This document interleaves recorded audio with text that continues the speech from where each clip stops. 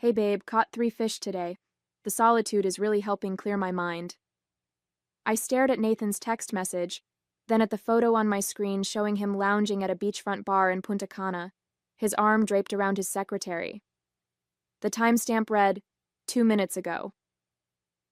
That's wonderful, honey, I typed back, my fingers steady despite the rage building inside me. I'm so glad you're finding peace in nature. My name is Liana Thompson, and until 10 minutes ago, I thought I had a solid marriage. But then my colleague Rachel rushed into my office at our law firm in Denver, her face flushed with concern. You need to see this, she'd said, pulling up Brianna Moore's Facebook page. There was my husband of 8 years, supposedly on a wilderness retreat to detox from work stress, living it up at a luxury resort with his 20-something secretary. I kept scrolling through the photos. Sunset walks on the beach, candle-lit dinners, stolen kisses by the pool. Each one time-stamped and tagged with nauseating captions like, "Finally with my true love," and "No more hiding." The irony of their carelessness almost made me laugh. "Oh my God, Liana, I'm so sorry," Rachel whispered, reaching for my hand. "What are you going to do?" I closed my laptop slowly, years of courtroom experience keeping my expression neutral. Nathan had no idea that his perfectly planned camping trip was crumbling because his mistress couldn't resist posting their romantic getaway on social media. He had no idea that while he sipped cocktails and betrayed our marriage, he'd given me everything I needed to destroy him. "First," I said, pulling out a legal pad, "I'm going to text my darling husband and ask if the fish are biting." I sent another message.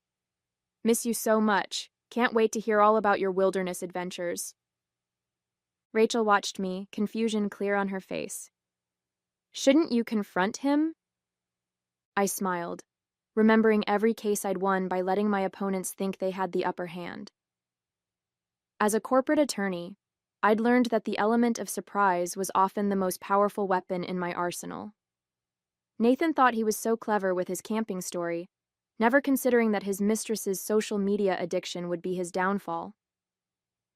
"Do you know what's better than catching him in a lie?" I asked Rachel, already drafting notes on my legal pad. "Letting him keep lying while I dismantle his entire life." Nathan and I met at Stanford Law School. He was charming, ambitious, and seemed to share my values of hard work and dedication. While other couples in our class drifted apart under the pressure of grueling study schedules and competitive internships, we grew stronger. At least, that's what I thought. After graduation, I turned down an offer from a prestigious firm in New York to stay in Denver with Nathan.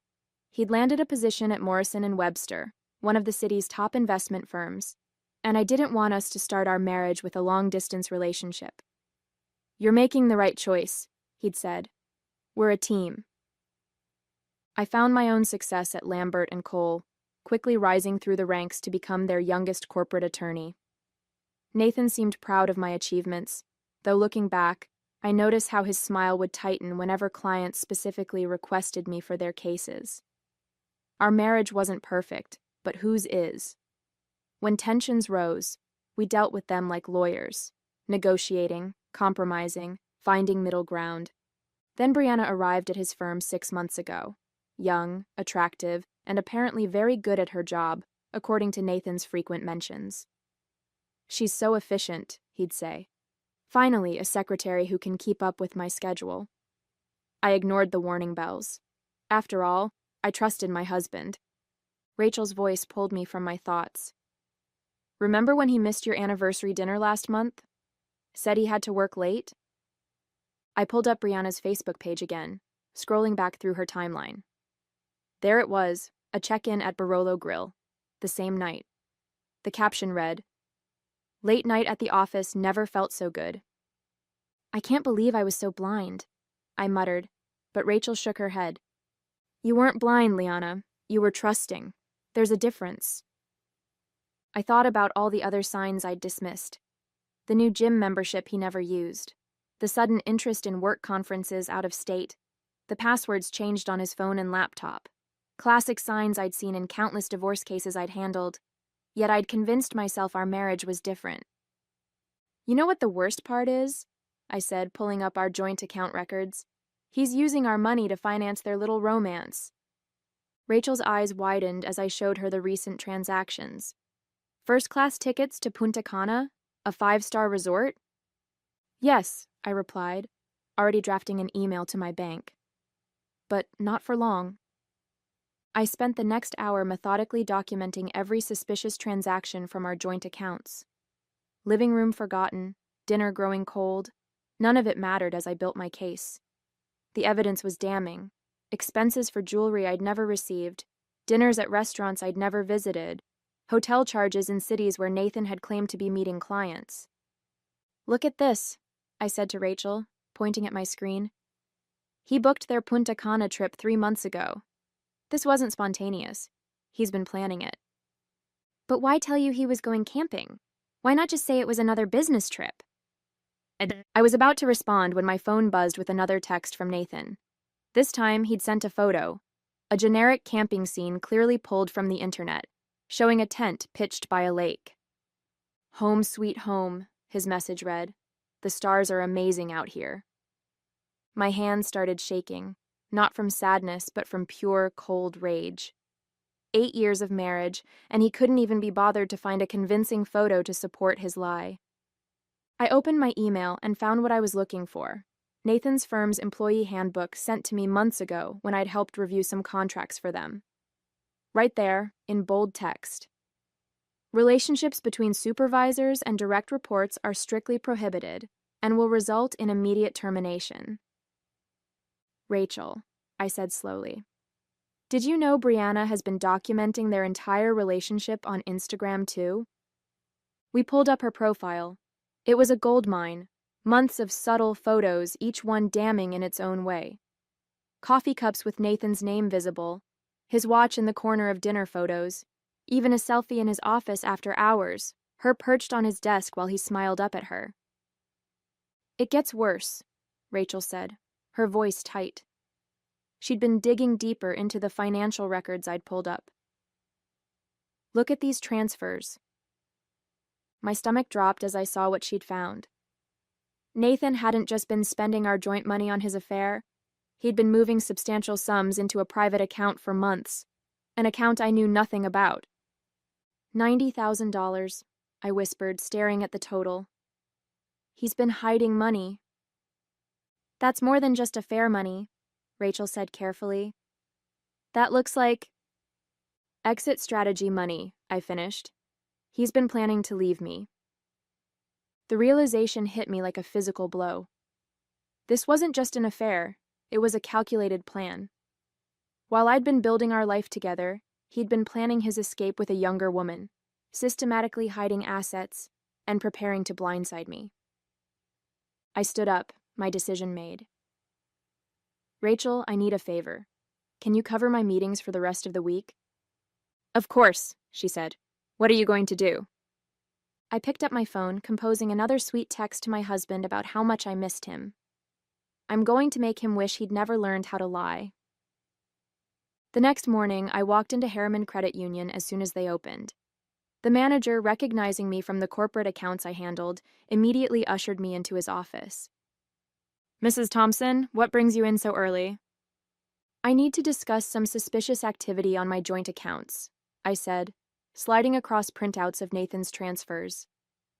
I believe my husband has been moving money without my knowledge or consent. Within an hour, I had frozen our joint accounts and transferred my personal assets to a new, secure account. Nathan wouldn't discover this until he tried to access the money, likely when it was time to pay for his romantic getaway. Back at my office, I began phase 2. I called Nathan's firm's HR director, Susan Mills, an old client of mine. Susan, I need to discuss a sensitive matter, I began. It's about Nathan and his secretary. Brianna Moore? Susan's voice sharpened. What about them? I forwarded her a carefully curated selection of Brianna's social media posts. I believe this violates your firm's policies on supervisor-subordinate relationships.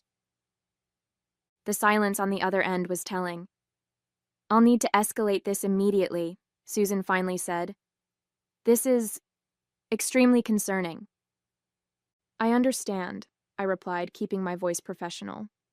I just thought you should be aware. Next, I called our locksmith. Being the one who handled all our home maintenance had its advantages. Nathan had never bothered to learn any of these details. Yes, I need an urgent replacement of all locks. Today, if possible. While waiting for the locksmith, I began packing Nathan's belongings. Each designer suit, each expensive tie, each monogrammed shirt went into heavy-duty garbage bags. 8 years of marriage reduced to black plastic sacks on our pristine driveway. My phone buzzed. Another text from Nathan. Missing you. Can't wait to tell you all about my adventures. I smiled, typing back. Miss you too. Hey, quick question. Did you remember to pay the credit card bill before you left? His response came quickly. Of course, honey. Don't worry about anything. Another lie. I knew he hadn't paid it because I was looking at the overdue notice right now. He'd been too busy planning his getaway to handle basic responsibilities. Rachel called around noon. Liana, you need to see this. Brianna just posted again. I pulled up Facebook. There was my husband, raising a champagne glass on a sunset cruise. The caption read, Living my best life with my soulmate. No more hiding. No more hiding indeed, I murmured, forwarding the photo to Susan at HR. The locksmith arrived just as I received an email from my divorce attorney confirming she'd filed the paperwork. Everything was falling into place. Then my phone rang. Nathan's boss, James Morrison himself. Liana, he said, his voice grave. I assume you know why I'm calling? I can guess. We had no idea. He's been embezzling client funds to finance this affair. The photos triggered an internal audit. It's bad.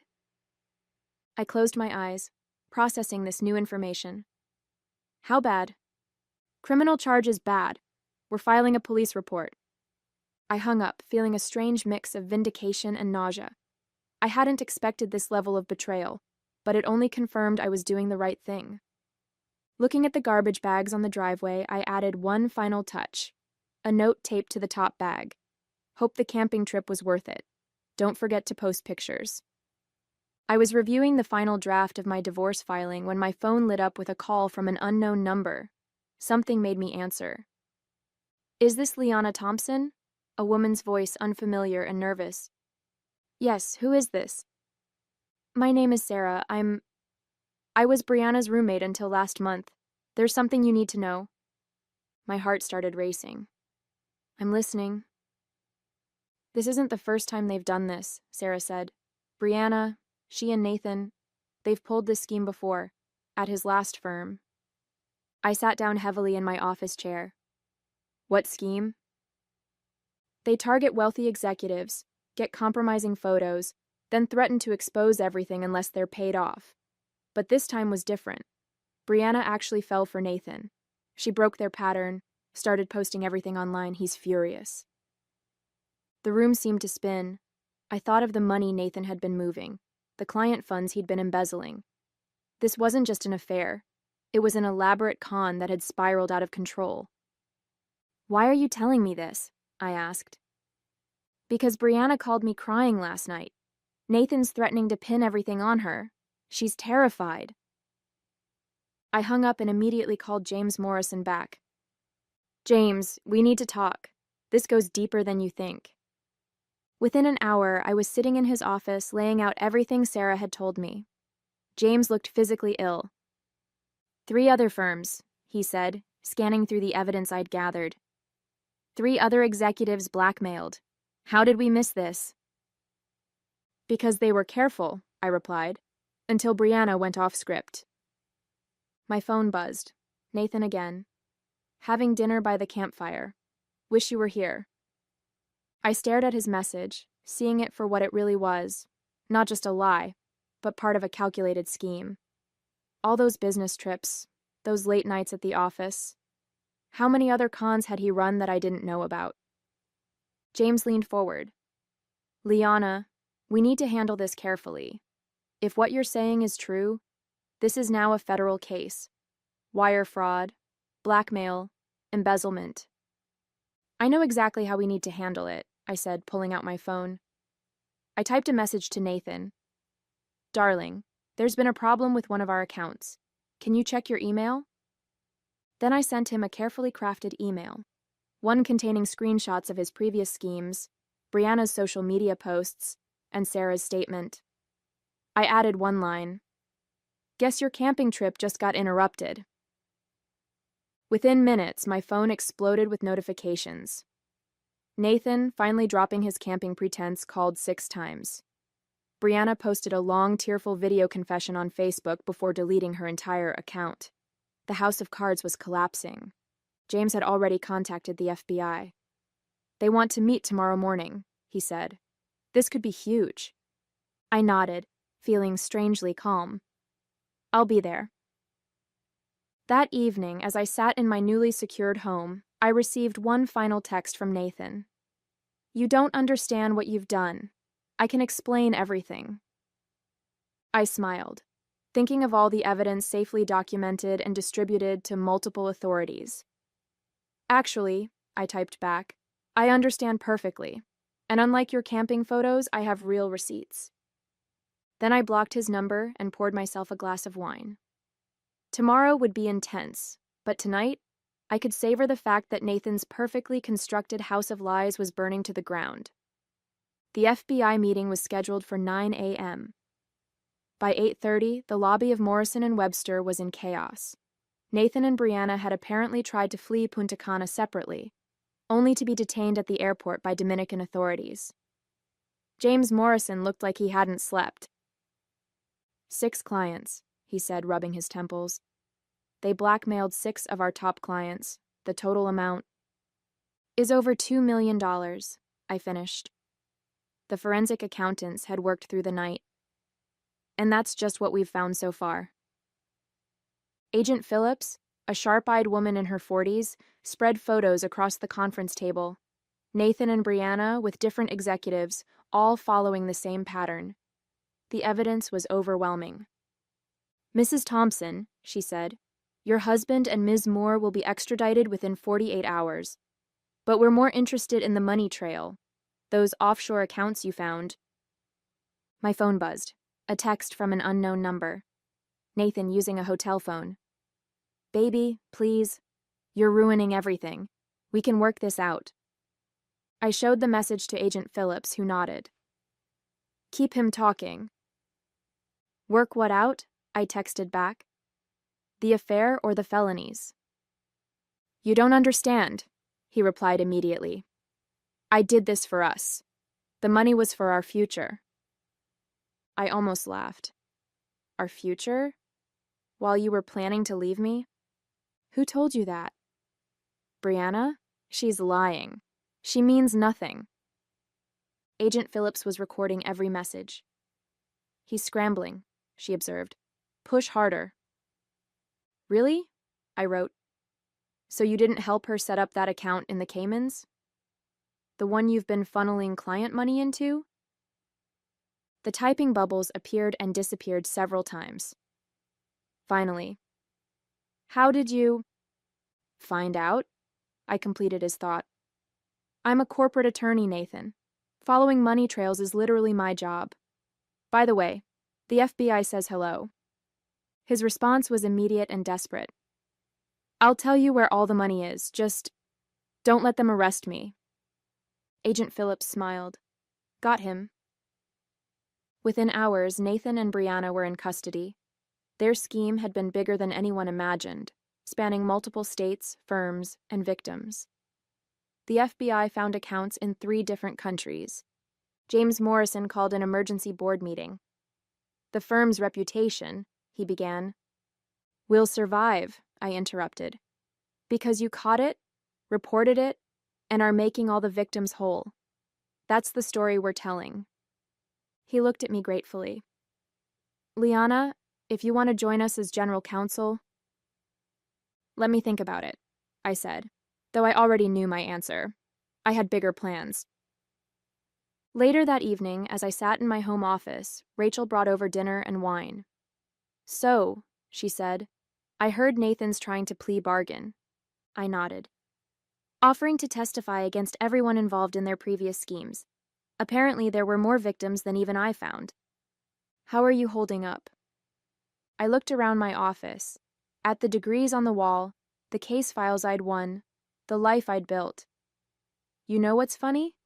He always treated my career like it was a hobby, something I did to pass time until we had kids. He never realized that all those skills, all that experience, it was exactly what I needed to bring him down. Rachel raised her glass. To karma? No, I corrected her, thinking of all the evidence I'd methodically gathered, all the legal strings I'd pulled, all the dominoes I'd carefully set up before knocking them down. To justice, the kind you make happen yourself. The trial was mercifully brief. Nathan and Brianna both took plea deals. He got 8 years, she got 5. The evidence I'd gathered was so comprehensive that their lawyers advised against fighting the charges. In the end, the man who'd spent years manipulating others couldn't talk his way out of this one.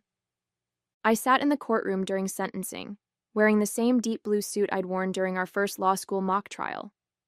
Nathan couldn't stop staring at me, his face a mask of disbelief and desperation. He'd finally realized that while he was playing checkers, I'd been playing chess. Your Honor, he tried one last time, my wife and I could work this out privately. Judge Matthews cut him off. Mr. Thompson, your wife isn't pressing charges. The federal government is. And we have evidence of multiple counts of wire fraud, blackmail, and embezzlement. I didn't stay to watch him being led away.